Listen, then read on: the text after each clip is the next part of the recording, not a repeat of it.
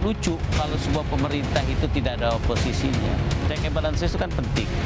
Malu kita sama dunia kalau sampai kita sendiri, pemerintah semua dalam pemerintahan, nggak ada di luar. Terus siapa yang kontrol?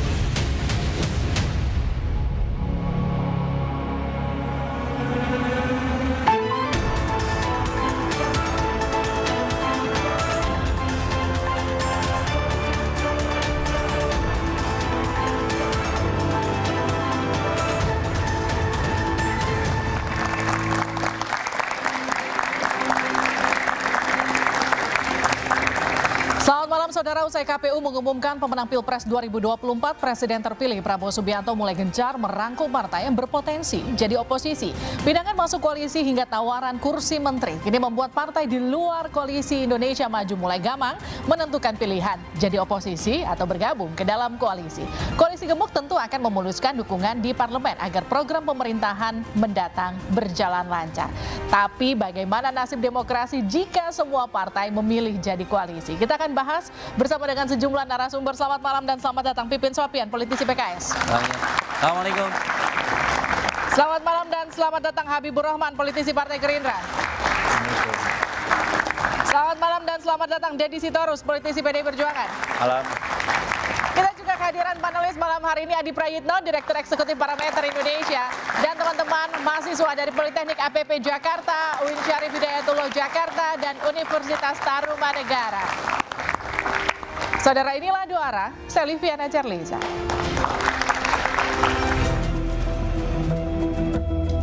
Kita harus bersatu, kita harus rukun, kita harus bekerja sama untuk membawa Indonesia menuju kemakmuran dan keadilan. Usai dinyatakan menang oleh Komisi Pemilihan Umum, Prabowo Subianto menggelar safari politik. Salah satunya menyambangi Ketua Umum Partai Nasdem, Surya Paloh.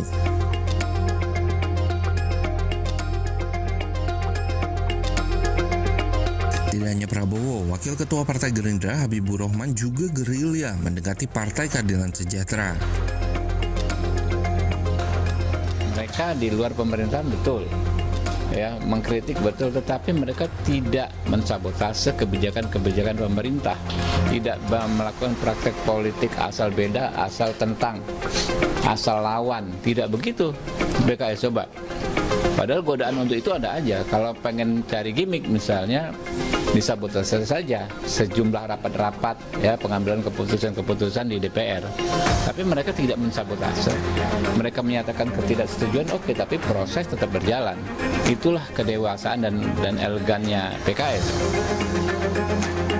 Nah, kabarnya Prabowo juga berencana menggelar pertemuan dengan Megawati Soekarno Putri, Ketua Umum PDI Perjuangan. Pertemuan ini disebut sebagai upaya rekonsiliasi. Pertemuan antara Ibu Mega dan Prabowo sangat dimungkinkan, tetapi prinsip-prinsip dari PDI Perjuangan untuk terus memperjuangkan nilai-nilai demokrasi, kemudian perintah konstitusi, dan agar tidak terjadi abuse of power, penyalahgunakan kekuasaan yang menggunakan sumber daya negara, aparatur negara, itu tetap dalam pemerintahan maupun di luar pemerintahan merupakan hal yang strategis yang nantinya akan diputuskan oleh Ibu Megawati Soekarno Putri setelah melalui kajian yang seksama dan kemudian akan diperkuat oleh Kongres Partai. PDI Perjuangan tetap kokoh berdiri pada legasinya sebagai pejuang demokrasi, pembela wong cilik. Di sisi lain, sejumlah pihak menilai adanya upaya tersirat Prabowo untuk membentuk koalisi besar sebagai upaya membungkam seandainya ada partai dalam koalisi yang balelo. Ingin menggapai angka yang bisa dikatakan gemuk cenderung, sehingga koalisi pemerintahan ini siap kalau ada satu atau dua partai yang katakan membalelo. Kenapa Prabowo menyambangi partai-partai di luar koalisi Indonesia Maju? Benarkah semata-mata untuk membangun rekonsiliasi atau hanya upaya menggembosi partai-partai yang berpotensi menjadi oposisi?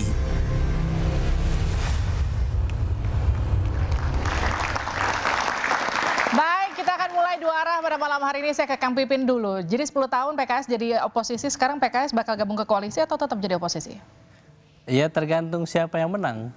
Atau tergantung siapa yang nawar? Bagaimana Pilpres belum selesai ketika kita mengajukan gugatan ke Mahkamah Konstitusi. Apalagi kalau kita lihat saat ini banyak proses di MK ada menguntungkan gugatan 01 dan 03. Jadi bagi kami ada potensi 2 gugatan. Salah satu gugatan yang kami ajukan ke MK bisa dikabulkan. Kalau itu terjadi maka peta politik akan berubah.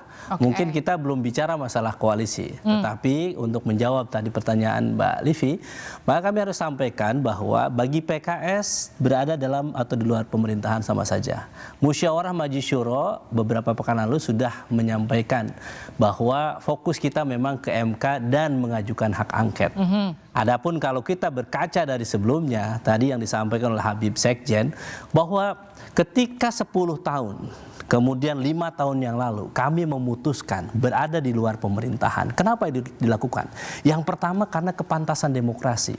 Bagi kami memang aneh kalau di negara demokrasi tidak oposisi. Waktu itu memang 2014, 2019 PKS kalah.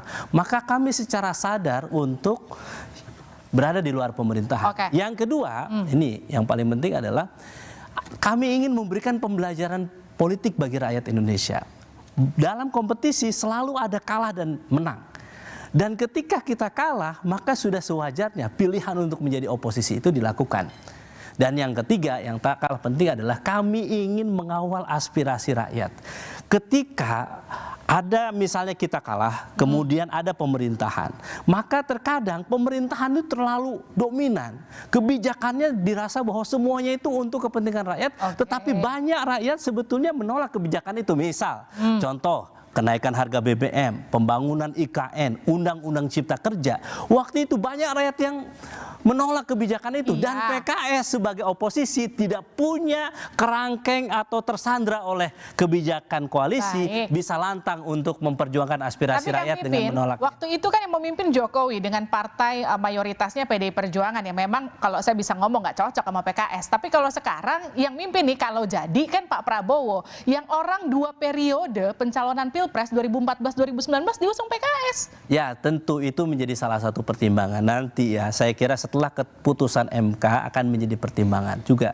Tetapi bagi kami saat ini Pilpres belum selesai. Artinya masih ada kemungkinan ya? Jadi bagi kami saat ini terus berjuang sampai maksimal untuk memperjuangkan keadilan di Mahkamah Konstitusi dan hak angket di DPR. Baik. Kalau PDIP gimana, Bang Deddy? Apa itu? Soal oposisi dan koalisi. Pertama yang tadi sering diucapkan soal rekonsiliasi. Saya kira kata itu tidak cocok kita pakai. Kenapa? Karena proses pergantian kepemimpinan itu kita lakukan setiap 5 tahun. Jadi ini adalah proses biasa, prosedural, konstitusional untuk kita menilai atau mencari pemimpin baru. Jadi ini kontestasi biasa. Jangan dianggap ada perpecahan, ada saling berkelahi sehingga butuh rekonsiliasi. Itu kan kita jangan biasakan menganggap pemilu ini adalah urusan hidup mati ini. Sehingga akhirnya ini kan berpengaruh sampai ke tingkat bawah. Hari ini masih cakar-cakaran di media sosial. Itu biasa, setiap 5 tahun kita pemilu. Yang kedua soal oposisi. Di negara presidensial kita tidak mengenal yang namanya oposisi. Yang kita kenal itu berada di dalam atau di luar pemerintahan. Itu kan pilihan strategis saja kalau menurut saya. Karena yang ada di dalam atau di luar pemerintahan pun kan itu patokannya sama-sama RPJMN. Kan kira seperti itu. Patokannya sama-sama Undang-Undang Dasar 1945. Patokannya sama, Pancasila dan sebagainya. Tinggalkan posisi yang berbeda. Kalau menurut saya. Posisi itulah kemudian nanti yang berimplikasi pada positioning terhadap berbagai kebijakan maupun program-program yang diambil. Jadi konteksnya adalah menyempurnakan. Kalau menurut saya, ya, menyempurnakan bisa jadi dengan setuju, bisa jadi dengan tidak setuju. Kan seperti itu. Jadi itu hal yang kita bangun. Demokrasi kita memang seperti itu. Gitu loh. Jadi saya ke Bang Habib. Bang Habib, kalau kata Bang Deddy itu tadi bukan rekonsiliasi. Jadi namanya itu apa, Bang? Ya kontestasi. Kontestasi. Jadi bukan rekonsiliasi. Jadi kalau ada hubungan antara Pak Prabowo dengan Bu Mega yang katanya mau ketemu, itu namanya bukan rekonsiliasi. Ya, saya sepakat ya secara garis besar dengan yang disampaikan Bung Pipin maupun Bung Deddy Sitorus ya. dan menangkap semangat beliau berdua ini benar-benar persaudaraan ya. Kalau PKS, terwabil khusus PKS, Pak Prabowo jadi hari ini setidaknya menurut quick count dan penetapan KPU itu berkat andil dan doa Kang Pipin dan kawan-kawan juga di 2014-2019 baru terijabah doanya hari ini gitu kan. Oh, ini ngerayu nih ceritanya ya? Ini kan mengungkap fakta. Ya kan? Nggak ada Prabowo hari ini tanpa andil PKS, tanpa andil Bang Pipin. Dulu beliau ini jubir Prabowo Sandi, ya kan ya, di 2014 dan 2019. Karena ini kan kita bicara dialektika, bicara sebuah proses, nggak ujuk-ujuk ada kejadian 2019. Begitu juga PDI Perjuangan, benar disampaikan Bung Deddy Sitorus, persahabatan Bu Mega dengan Pak Prabowo itu panjang ceritanya. Walaupun dalam berbagai kontestasi kadang-kadang kita sama dalam konteks teknis kontestasi ya, mengusung calon yang sama atau berbeda kadang-kadang, tapi frekuensi pola pikir kebangsaan dua tokoh itu sama persis. Ya, Pak Prabowo itu pengagum ayahnya Bu Mega, Bung Karno. Pak Prabowo juga sangat erat ya, sangat terinspirasi dengan apa yang menjadi ideologi PDI Perjuangan. Kami ini kan ibarat muridnya PDI Perjuangan. Beliau kan berapa belas tahun lebih dahulu daripada Partai Gerindra. Dalam konteks pembangunan partai kami terus terang banyak mengacu, banyak menjadikan PDI Perjuangan sebagai contoh. Nah, karena itu kalau hanya ada dinamika kemarin panas-panasan dikit ya kan, cuma kesalahpahaman Bung Deddy dengan Noel ya enggak, saya dengan Adian itu kecil dalam konteks frekuensi persahabatan antara dua partai dan antara dua tokoh utama di partai gitu. Jadi kalau nanti misalnya ada kesepahaman ya, bekerja sama, apakah bentuknya sama-sama di pemerintahan atau ada yang di pemerintahan sebagian, ada yang di luar pemerintahan, tapi sama-sama bersemangat untuk kita memaksimalkan momentum emas saat ini ya, mencapai Indonesia Emas 2045, saya pikir bukan sesuatu yang aneh. Memang seperti itulah yang harus terjadi. Saya ke Bang Adi. Bang Adi, ini kan kalau dengar kalimatnya Bang Habib hari ini teduh kali ya. Jadi seolah-olah kayak mau dirangkul semuanya. Ini kalau Anda melihat memang bentuknya akan seperti itu nanti pemerintahan Prabowo Gibran kalau dilantik? Ya, saya kira dua hal. Kalau kita menggunakan perspektifnya Dan Slater, dalam sistem presidensialisme multipartai ekstrim seperti di Indonesia, ada kecenderungan elit penguasa yang memenangkan pertarungan politik secara subjektif, ingin merangkul pihak-pihak yang kalah secara politik. Prabowo Subianto saya kira berulang kali mengatakan bahwa setelah Pilpres usai, andai nanti ditetapkan sebagai pemenang dan kemudian dilantik, akan merangkul semua pihak yang selama ini berkontestasi berseberangan secara politik. Artinya apa? Secara subjektif sebagai elit di negara ini, Prabowo punya intensi bahwa kompetisi itu hanya sesaat, tapi setelah itu kemudian akan saling berangkulan. Yang kedua, dalam konteks dalam sistem presidensialisme multipartai, kalau kita menggunakan teorinya Arjen Liphardt misalnya atau Scott Mainwaring, memang kalau kita melihat kecenderungan secara umum, koalisinya Bang Habib per hari ini itu belum sampai 50% plus 1, terutama kekuatan politiknya di parlemen. Kalau dihitung rata-rata, 4 partai itu hanya sekitar 41%. Oleh karena itu, tentu kubu pemenang nanti, yaitu Gerindra dan 3 partai yang lain, tak nyaman kalau kemudian semua kebijakan politiknya itu akan mendapatkan resistensi dan perlawanan politik dari koalisi 1 dan 3. Jadi kebutuhan inilah yang sepertinya membuat kenapa malam hari ini Bang Habib dalam suasana jelang Ramadan atau Ramadan kemudian agak baik-baik ngomongnya. Beda dengan waktu yang lalu, sangat agresif menyerang 1 dan 3. Begitupun 3 dan 1, agresif menyerang kubu dan 2.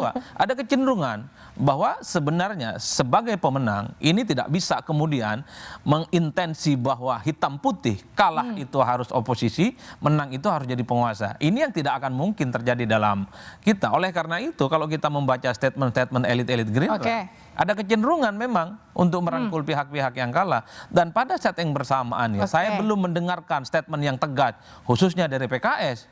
Kalau memang tegas ingin jadi oposisi di 2024 ini, apapun yang terjadi di MK, putusan akhirnya PKS akan tetap istiqomah, tegak lurus menjadi oposisi atau di luar kekuasaan. Itu tidak pernah kita dengar. Tapi kan Bang Pipin ngayun statement-statementnya, ada kemungkinan, ada pertimbangan, karena 10 tahun tempat bekerja sama. Dan apalagi disampaikan oleh Bang Habib, ada doa-doa PKS yang kemudian istijabah di 2024. Manis ya. Iya, Bang Deddy juga begitu. Bang Deddy juga tidak terlampau agresif seperti sebelumnya, mengatakan bahwa apapun yang terjadi di MK, PDIP akan terus istiqomah berada di luar kekuasaan, memperkuat demokrasi menjadi oposisi. Ini harus diralat. Sebenarnya itu yang sebenarnya ingin kita tunggu. Mungkin kalau katakanlah keputusan MK mendiskualifikasi baik 02 atau cawapresnya, masa kita berada di oposisi? Berarti kalau keputusan MK itu memenangkan, menerima gugatan kami, berarti pertarungannya tinggal 01 dan 03. Jadi kami harus mempertimbangkan itu, Bang Adi. Ketika nanti keputusannya 0103 dan kemudian Allah takdirkan 01 menang, katakanlah, karena melihat dari yang kemarin misalnya, kan kami nggak mungkin berada di luar pemerintahan. Ini maaf saya potong, artinya menunggu putusan MK atau menunggu tawaran resmi dari Prabowo? Nanti dijawabnya usai jeda di dua arah.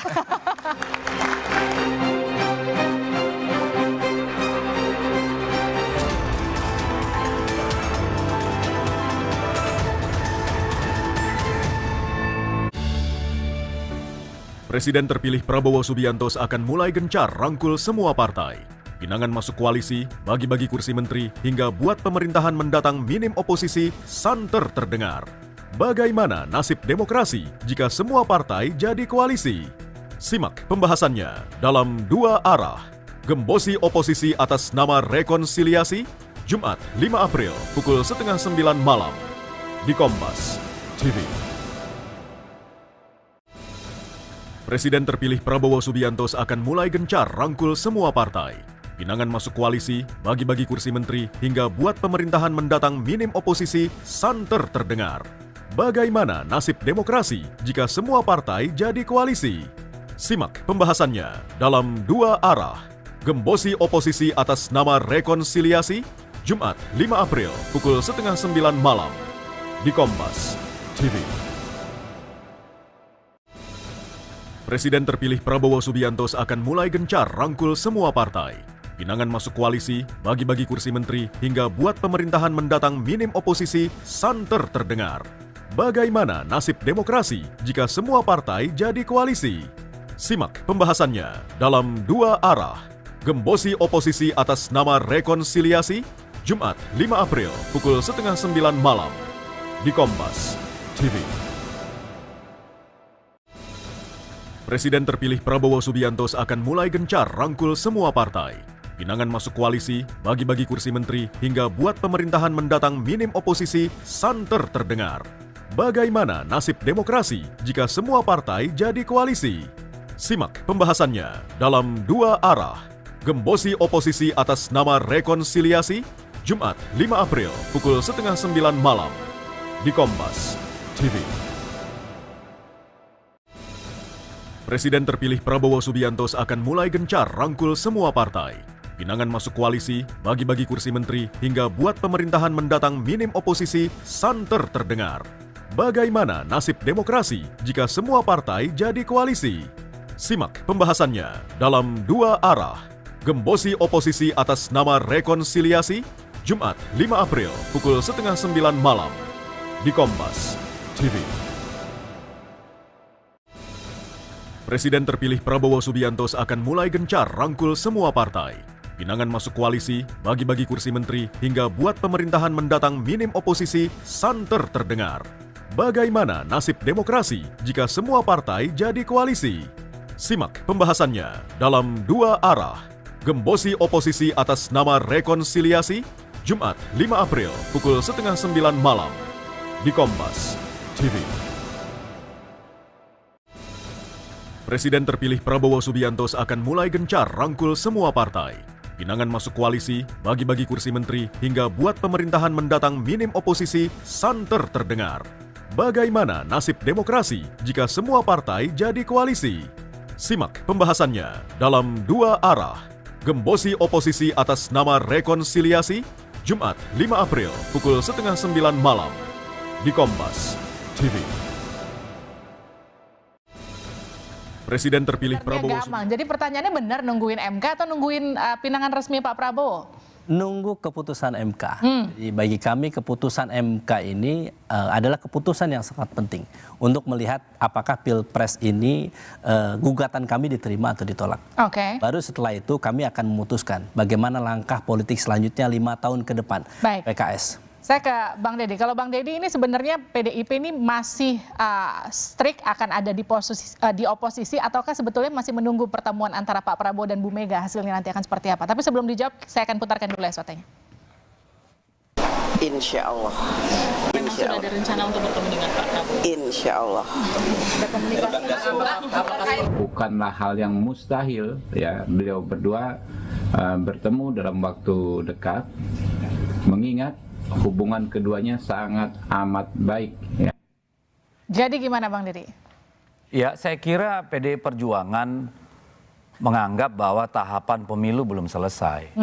Sehingga belum waktunya kita bicara soal posisi, apakah di dalam atau di luar pemerintahan. Apalagi saya makin gak pantas lagi karena pimpinan partai dalam hal ini Bu Mega kan belum juga bersuara. Jadi kan mendahului namanya kalau saya bisa mengatakan kami akan di dalam atau di luar ya. Karena kan proses di MK itu kita lihat ada perkembangan yang menarik dalam artian kami mengarahkan seluruh energi ke sana dulu. Dan kalau kelihatan sekarang saya tidak berapi-api seperti yang disampaikan oleh Bung Adi ya semata-mata karena lapar Mas. Ya, tadi kena macet juga gitu. Dan saya kira cukuplah ya kita serahkan dulu proses ini pada MK. Kita berhenti teriak-teriak dan saling bernada tinggi gitu ya. Karena situasi kita juga sedang tidak baik. Kita tahu dolar sekarang hampir 16.000 Pak. Ya, kita juga tahu bagaimana sekarang cash dry out di bawah itu. Cukuplah politik dipanasin oleh para buzzer-buzzer bayaran di media sosial. Kita di elit ini ya memang harus mendorong situasi yang lebih kondusif, apalagi ini kan bulan Ramadan ya, Bang Habib ya. Jadi saya kira itu saja, tidak ada urusan itu. Pada waktunya PDI Perjuangan akan menentukan sikap. Ya.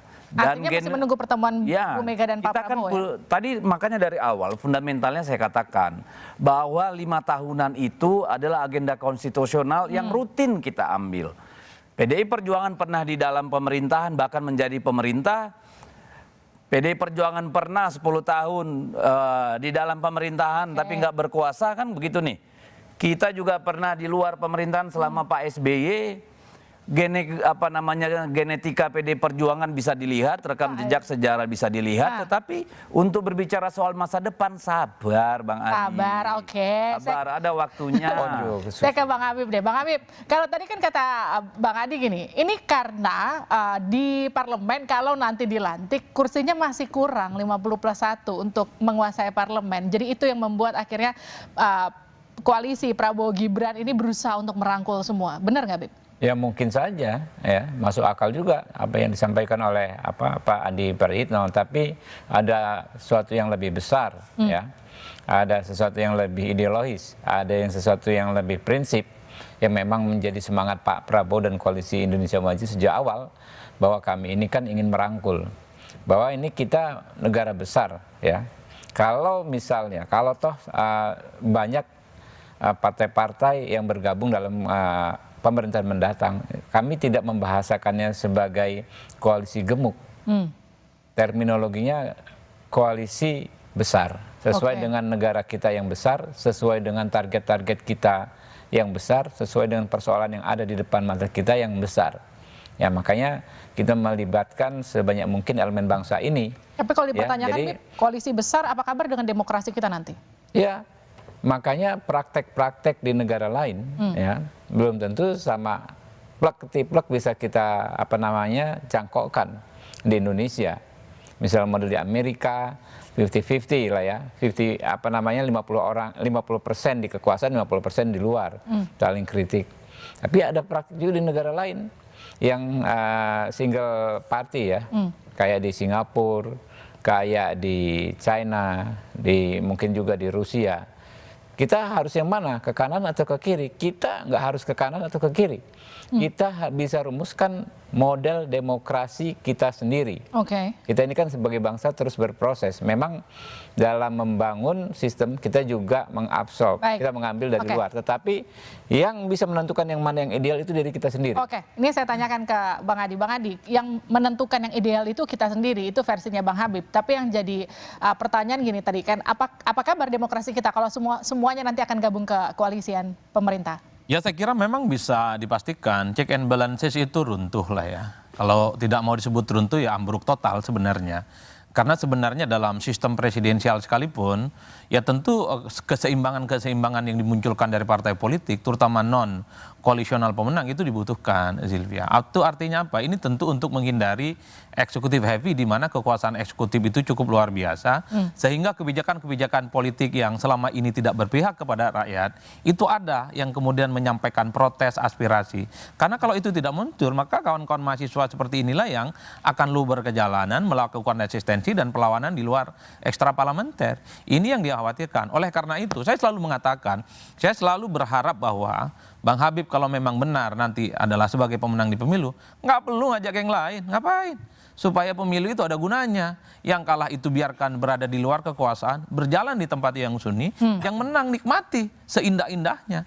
Karena sejatinya berpolitik itu adalah berkuasa, mengakumulasi kekuasaan politik. Itu penting bagi saya. Kalau tidak begini, tidak ada reward and punishment-nya, pemilu dianggap lucu-lucuan. Yang kalau juga dapat menteri kan repot ceritanya. Nah yang kedua nih Silvi, kalau ditanya kepada basis konstituen PKS dan PDIP, mereka itu nggak mau kok berkoalisi dengan Bang Habib sampai kapanpun. Makanya kalau ini pakai konsorsium secara politik, ditanya kepada basis konstituennya, rasa-rasanya kader-kader PDIP, kader-kader PKS itu tak mau berkoalisi dengan kubunya Bang Habib, apapun judulnya. Unfortunately, cuman yang kita tahu bahwa persoalan koalisi ini persoalan elit, bukan persoalan rakyat. Bang Habib, itu yang perlu kita sama-sama cermati lagi ya. Satu soal civil society. Civil society bukan sesuatu yang terlarang. Sedemokratis apapun sebuah negara, civil society tetap perlu ada. Teman-teman mahasiswa, anak STM harus tetap kritis. Menyuarakan aspirasi mereka. Jadi jangan dikira itu sesuatu yang nggak sehat. Ya, kalau toh ada dua kekuatan di luar pemerintahan, di dalam pemerintahan, mereka tetap bisa punya juga sikap mereka sendiri kok. Mengkritisi jalannya pemerintahan. Ya. Lalu begitu juga format kita ke depan, sehat nggak sehat kan kita lihat dari tercapainya tujuan kita. Tapi tadi dibilang sama Adi kan percuma ada pemilu kalau semuanya masuk ke koalisi. Pemilu dalam konteks nomenklatur saja namanya PPWP, pemilihan presiden dan wakil presiden. Ya kan, yang diperebutkan kan itu. Dalam konteks presidensial ya. Jadi kita memang kalau pemilu parlementer jelas ya, bukan hanya presiden dan wakil presiden, tapi pemerintahan secara umum ya. Tapi kalau pemilu kita istilahnya itu bahasa konstitusi dan undang-undangnya adalah pemilihan presiden dan wakil presiden. Itulah yang diperebutkan. Ya, jadi tetap terbuka dan faktanya memang ya. Kita mengizinkan ya, kita saling mengakomodir setelah selesainya pemilu. Jadi bukan tidak ada gunanya ya. Pemilih untuk memperebutkan presiden dan wakil presiden. Ya kan? Saya akan pimpin. Tadi kalau kata Bang Adi kan beda suara antara elit PKS dengan apa yang ada di grassroots, benar nggak gitu? PKS itu selalu mempertimbangkan bagaimana aspirasi di bawah, dan mekanisme pengambilan keputusan di PKS itu dari bawah, dari grassroots dulu, tidak ujuk-ujuk ke tiba-tiba ke elit. Kalau misalnya saat ini yang disuarakan oleh PKS, Musyawarah Majelis Syuro, 99 anggota Majelis Syuro dari seluruh Indonesia bermusyawarah memutuskan bahwa saat ini fokus untuk gugatan ke MK, dan yang kedua adalah bagaimana mengawal hak angket di DPR RI. Itu dari mana? Itu suara rakyat. Itulah kenapa PKS ini konsisten dari awal. siapa 2014 presidennya, kemudian Oke. 2019 presiden, saat ini 2024 siapa presidennya, dan apa sikap setelah Pilpres dilakukan. Inilah yang kita selalu katakan sebagai partai Islam yang modern, kita melihat bahwa aspirasi rakyat ini menjadi perhatian bagi Kenapa kita. kalau kata Bang Adi tadi, kenapa nggak langsung diputuskan aja dari awal, nggak harus nunggu putusan MK? Oposisi atau masuk ke koalisi dari awal? Nanti dijawab saja dari luar.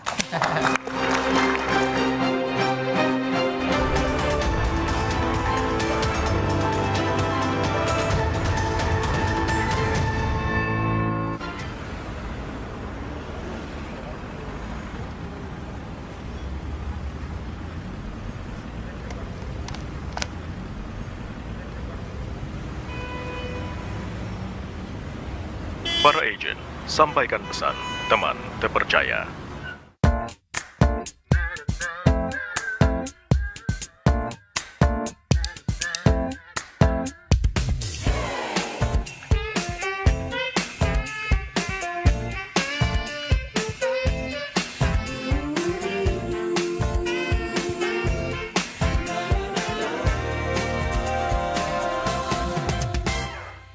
Ada kami di sini,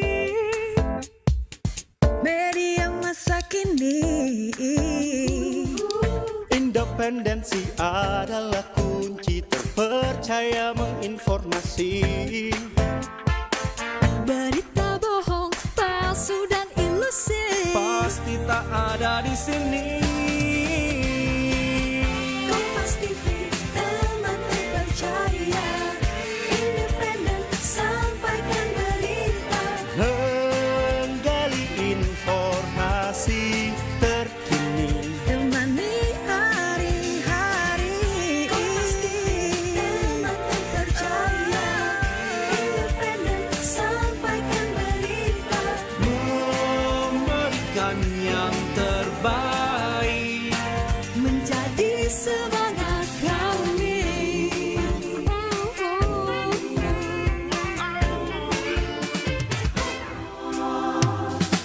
Ada kami di sini. Media masa kini.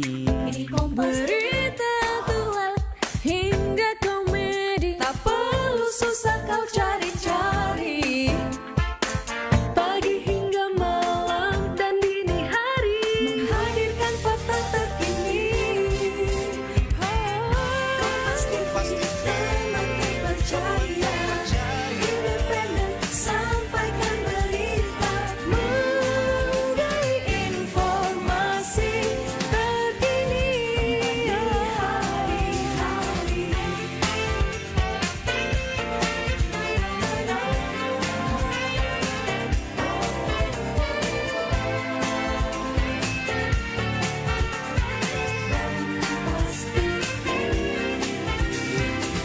Kompas TV, teman terpercaya. Independen, sampaikan berita. Menggali informasi terkini. Hari-hari. Kompas TV, teman terpercaya. Independen, sampaikan berita. Memberikan yang terbaik. Terima kasih Kompas TV. Terima kasih Kompas TV. Terima kasih Kompas TV. Terima kasih Kompas TV. Terima kasih Kompas TV. Telah menjadi teman terpercaya Bagi kami, Kompas TV independen terpercaya.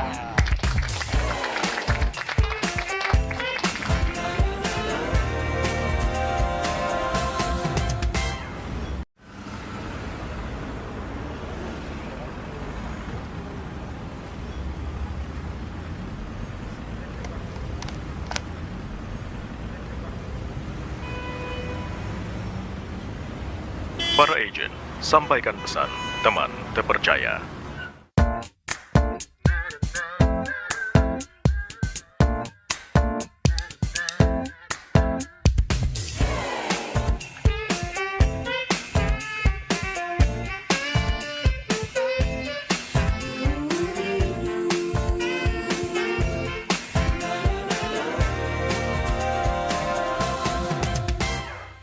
Ada kami di sini,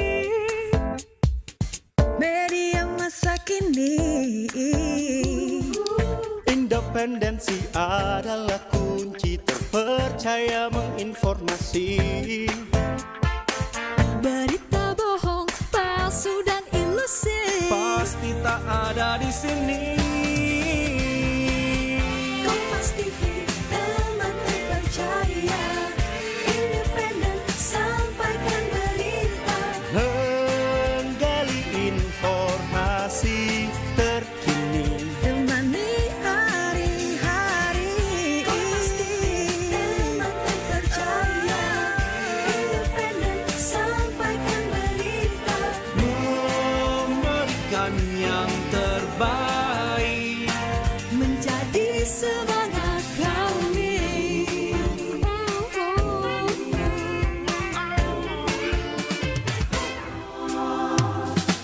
Ada kami di sini.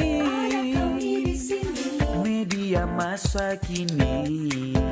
Berita aktual hingga komedi, tak perlu susah kau cari-cari. Pagi hingga malam dan dini hari, menghadirkan fakta terkini. Kompas TV, teman terpercaya, independen, sampaikan berita. Menggali informasi terkini. Hari-hari.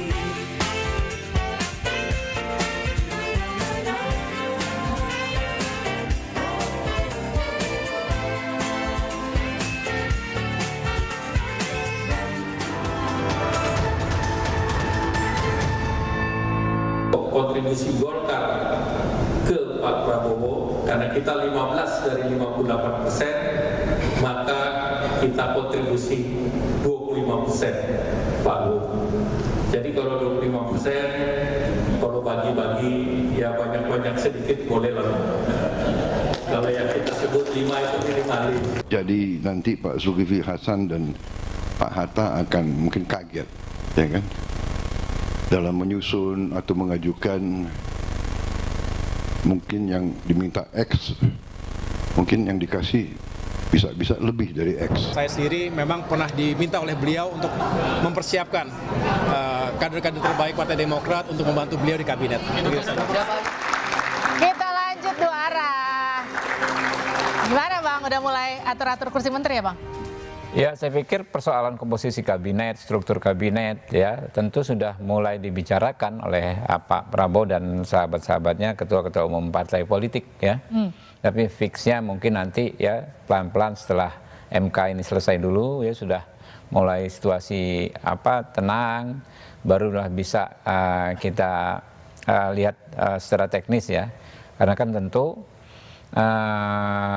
intensi ya atau nawaitunya Pak Prabowo, ikhtiarnya Pak Prabowo juga merangkul teman-teman yang saat ini belum ada di koalisi gitu.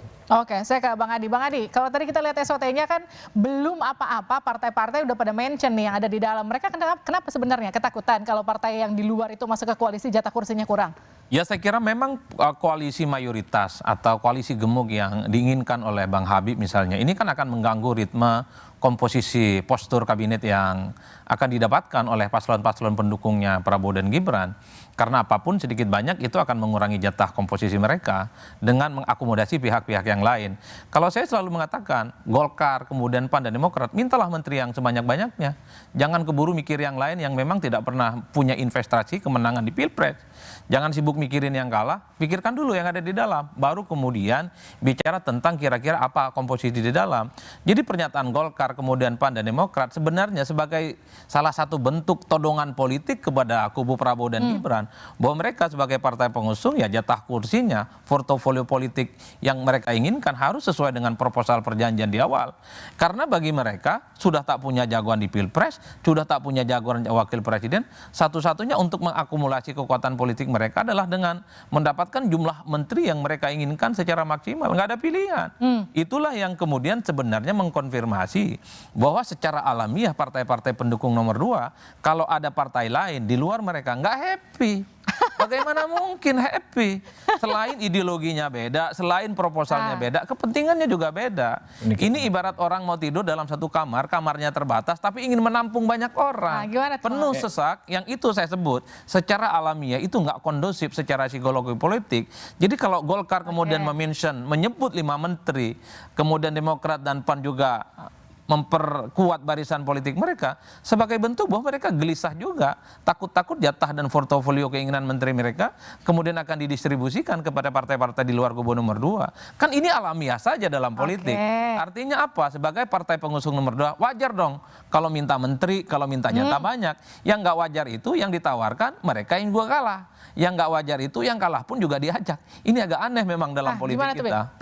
Ya jadi gini, teman-teman di Koalisi Indonesia Maju, bahkan teman-teman yang pernah berkoalisi dengan kami paham betul kalau Pak Prabowo itu orang yang sangat lihai dalam berbagi, istilahnya begitu. Ya, kadang-kadang ada yang minta sejumlah misalnya 5, dapatnya 8, gitu kan.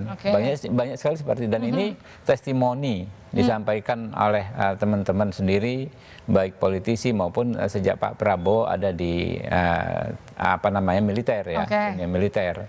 Sehingga saya yakin dan percaya teman-teman tuh nggak ada kekhawatiran sebagaimana disampaikan Bung Adi Prayitno, ya pastilah tidak akan ada ya rekan-rekan di Koalisi Indonesia Maju yang dikecewakan. Baik. Kedua ini, Livi, yang lebih penting lagi bahwa kita berkoalisi untuk memenangkan kontestasi Pilpres memang penting. Kerja-kerja tentu harus dihargai. Tetapi ada juga yang penting ke depan. Setelah kekuasaan ada di kita, bagaimana kita sama-sama sebagai bangsa mencapai target ya bangsa ini ya. Bagaimana menjalankan pemerintahan sehingga target-target kita bisa tercapai. Indonesia Emas 2045 itu kan bukan hal yang gampang. Dan harus dipikul bersama-sama tugas seperti itu. Kalau tadi Abang bilang lihai dalam berbagi, itu kira-kira porsi PDIP sebagai partai yang pileknya ada di nomor 1, itu porsinya akan seberapa besar, Bang? Yang jelas ya, ketika nanti misalnya ada partai lain di luar Koalisi Indonesia Maju yang masuk ke pemerintahan, yang jelas satu yang saya dapat pastikan tidak akan ada yang kecewa ya di Koalisi Indonesia Maju sekarang. Yang kedua, yang masuk pun tidak akan ada yang kecewa. Kenapa, Livi? Negara kita ini negara besar, ya kan ya, bukan ini banyak. Kalau dalam konteks kami bukan soal bagi-bagi jabatan atau kekuasaan, tapi bagi-bagi tugas. Banyak sekali tugas yang bisa kita sharing ya, ke teman-teman gitu. Saya ke Bang Deddy. Bang Deddy, kalau pada akhirnya pun nggak tergoda dan masuk ke koalisinya Pak Prabowo, artinya jadi oposisi, modalnya cukup kuat nggak untuk melawan pemerintahan di DPR nanti? Nah itu lagi kan konteksnya apa melawan gitu kan. Saya kadang gini, kita ini melompat terlalu jauh. Tadi dari awal saya sudah katakan bahwa kita masih menunggu proses di MK. Yang kita nggak tahu hasilnya. Apakah MK itu benar-benar menjadi tempat kita menyandarkan nasib demokrasi bangsa ini, kewarasan pengelolaan kekuasaan, kan kita masih harus tunggu ya. Dan saya juga sudah sebutkan genetika PDI Perjuangan siap dimanapun ya.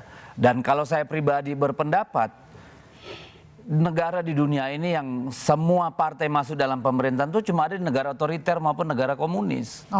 Ya jadi di luar itu nggak ada setahu saya. Selalu pasti ada yang di dalam, ada yang di luar. Dan itu hal yang lumrah saja kalau menurut saya. Karena apa? Karena kekuasaan itu juga harus diawasi, harus dijaga, harus diseimbangkan. Jadi malah kita berharap nih kalau memang nanti akhirnya memang yang ditetapkan oleh MK adalah Pak Prabowo dan Gibran, kita terima itu. Ya mari kita lihat mana partai-partai yang memang mau membuat penyelenggaraan kekuasaan itu benar-benar berimbang. Bukan berarti membajak atau menyandera atau menghalangi, enggak. Karena apa? Kita harus belajar. Demokrasi kita kali ini itu luar biasa terpuruknya. Jadi memang butuh kewarasan dan keberanian untuk tidak menikmati kekuasaan seperti orang lapar. Karena kalau itu yang terjadi, maka demokrasi kita tidak pernah akan kembali. Apa yang kita alami pada 2024 ini adalah pengulangan awal Orde Baru tahun 1971. Yang berbeda cuma peluru sama kasus hukum. Berulang-ulang saya harus sebutkan itu. Maka dari sanalah kita mulai bicara gitu loh. Saya ke Bang Pipin. Bang Pipin, banyak orang yang menilai gini ya, 2014, 2019 mengusung Pak Prabowo, kemudian di 2024 sekiranya sekalinya nggak ngusung tahu-tahu nggak jadi, ini PKS apakah yakin akan ada di oposisi? Atau sebenarnya sekarang lagi naikin tawaran menteri? Nah, sampai saat ini kami harus sampaikan ya bahwa kalau saya tadi setuju ya Bang Habib ya, jadi ojok ke susu. Saya kira udah mewacanakan bagi-bagi kursi di saat ini pertarungan di MK juga luar biasa, apalagi Mahkamah juga meng-ACC untuk mengundang 4 menteri hadir di sidang gugatan kami. Dan kemudian ada pernyataan Ketua KPU juga yang cenderung bisa menjadi bahan untuk hak angket ke depan. Jadi bagi kami memang fokus di Mahkamah Konstitusi itu akan lebih baik ya. Bagaimana rakyat ingin keadilan, proses ini belum selesai. Tentu saya kira kalau didengar para pendukung 01 dan pendukung PKS, yang ingin didengarkan apa sih? Sikap tegas kami. Tapi gini, bagaimana kami memang mengawal agar keputusan di MK ini memberikan rasa keadilan bagi kami. Yang kedua, terkait dengan koalisi.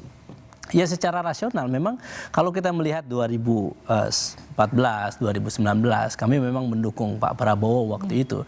Tetapi 2024 sudah berbeda. Jadi kami sudah punya Pak Anies Baswedan dan Gus Muhaimin sebagai calon presiden dan calon wakil presiden. Tapi artinya gini, Kang Pipin, kalau semuanya dirangkul masuk ke koalisi pemerintahannya Prabowo Gibran, kalau nanti udah dilantik, apakah PKS siap ditinggal sendiri jadi oposisi? Nanti dijawabnya sejadah di doa.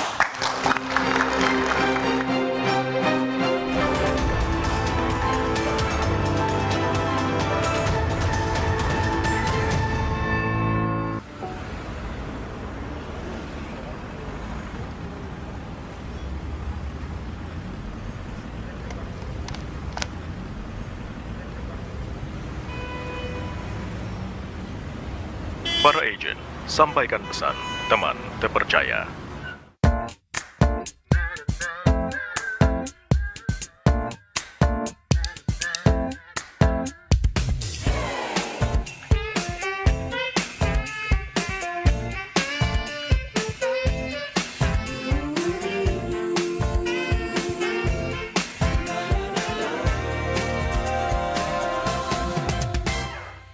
Ada kami di sini,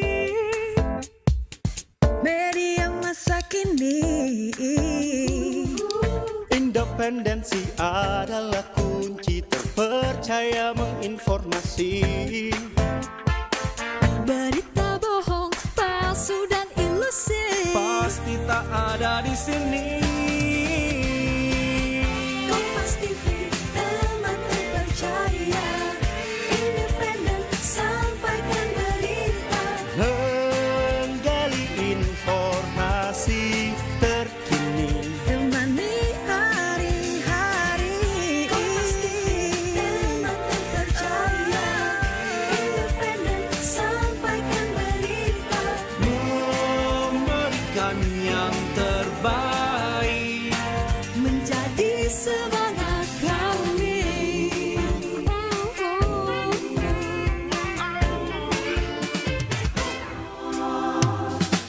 Ada kami di sini. Media masa kini. Berita aktual hingga komedi, tak perlu susah kau cari-cari. Pagi hingga malam dan dini hari, menghadirkan fakta terkini. Kompas TV, teman terpercaya.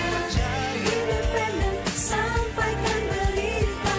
Menggali informasi terkini.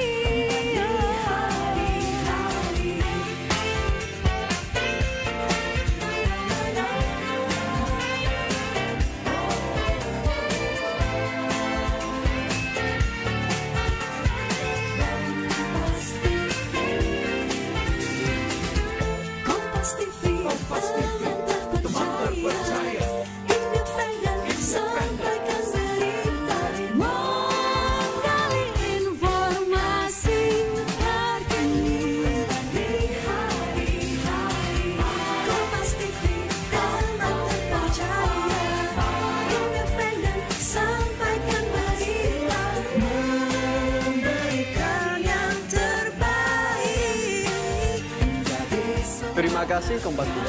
Terima kasih Kompas TV. Terima kasih Kompas TV. Terima kasih Kompas TV.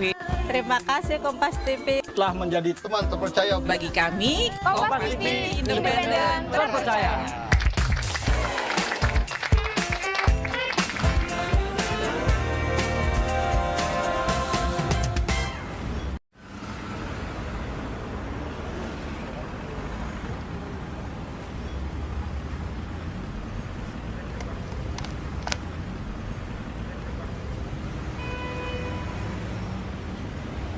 Para agent, sampaikan pesan teman terpercaya.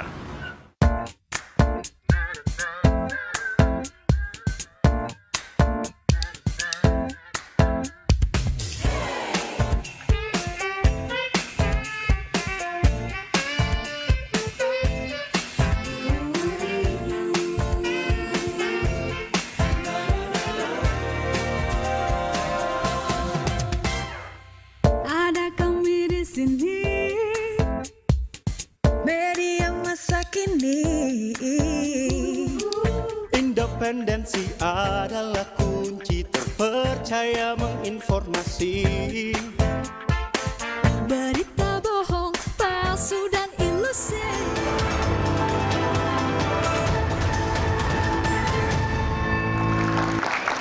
Anda kembali bersama kami di Dua Arah.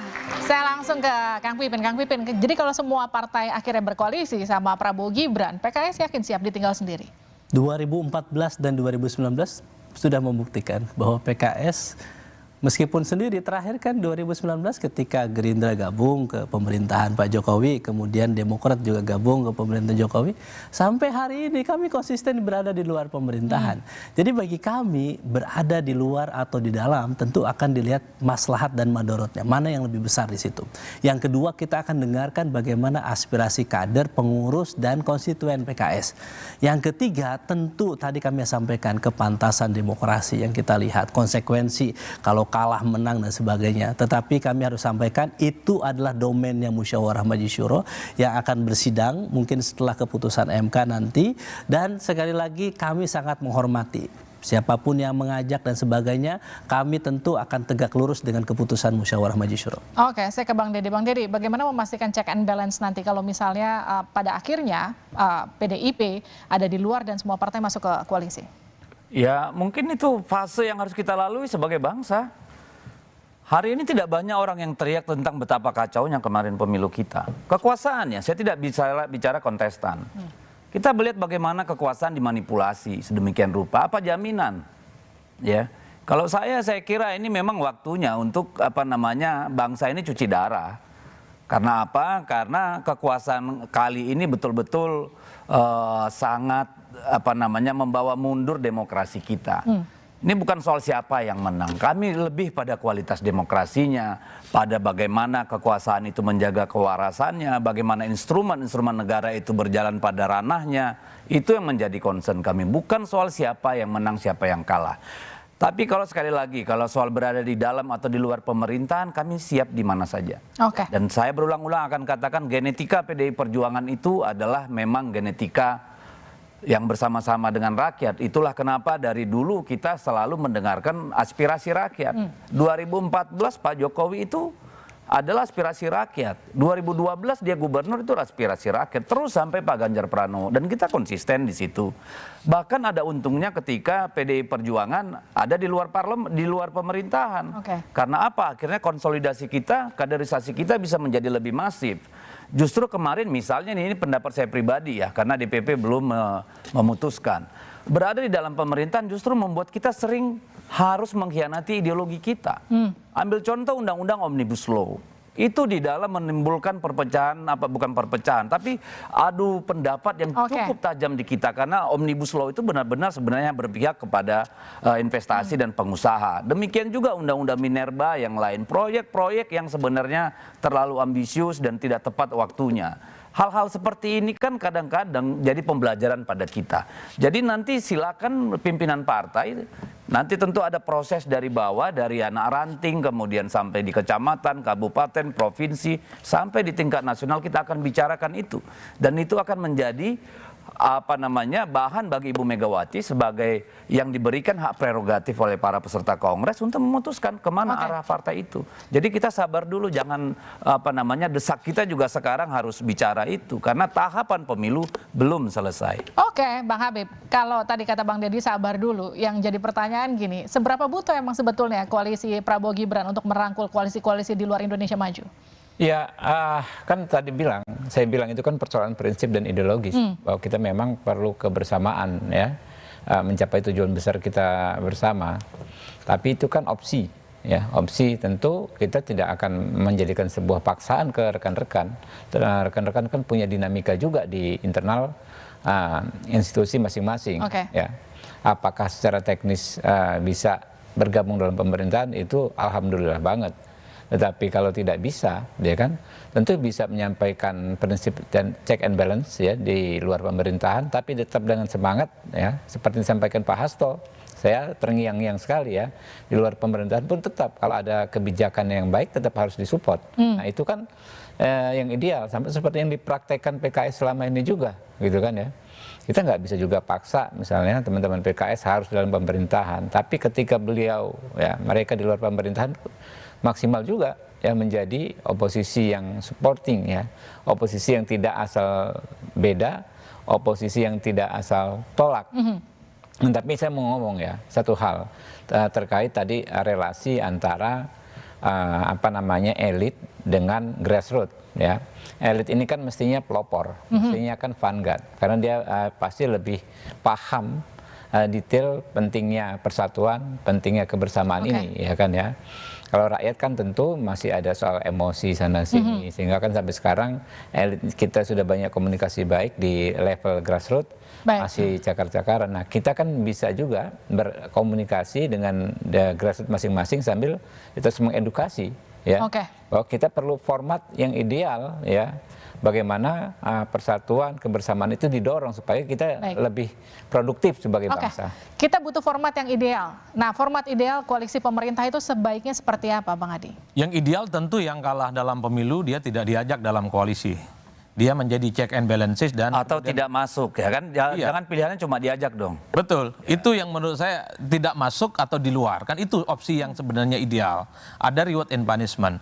Kalaupun toh in the end of the day-nya politik itu adalah serba kompromi, serba akomodasi, anggap saja misalnya partai-partai politik ini semua dirangkul oleh Prabowo dan Gibran. Partai ini harus berani menjadi oposisi dari dalam. Jadi kalau ada isu-isu dan kebijakan-kebijakan politik pemerintah yang tidak pro terhadap rakyat, harus berani nyalak dari dalam. Itu pernah terjadi pada zamannya SBY, periode kedua, di mana PKS, Golkar itu menolak kenaikan BBM, sementara SBY sebagai presiden saat itu menaikkan harga-harga BBM, TDL yang mendapatkan resistensi dari dalam. Kalau itu yang terjadi, saya kira nggak masalah. Intinya apa? Setiap isu yang tidak pro rakyat, kawan-kawan yang bergabung di dalamnya, jangan pernah berdiam diri, karena ini soal bagaimana kepentingan rakyat ke depan. Baik, kekuasaan memang menggiurkan, polarisasi saat kontestasi seketika cair, saat penguasa mampu mengakomodasi keinginan partai oposisi. Lalu bagaimana check and balance akan berfungsi jika semua partai melebur dalam satu gerbong koalisi? Koalisi besar bisa saja terjadi, tapi pasti demokrasi harus terus dijaga di tengah partai yang masih gampang menentukan pilihan, jadi koalisi atau jadi oposisi ya. Demikian Dua Arah malam ini, saya Liviana Charlisa, terima kasih, sampai jumpa.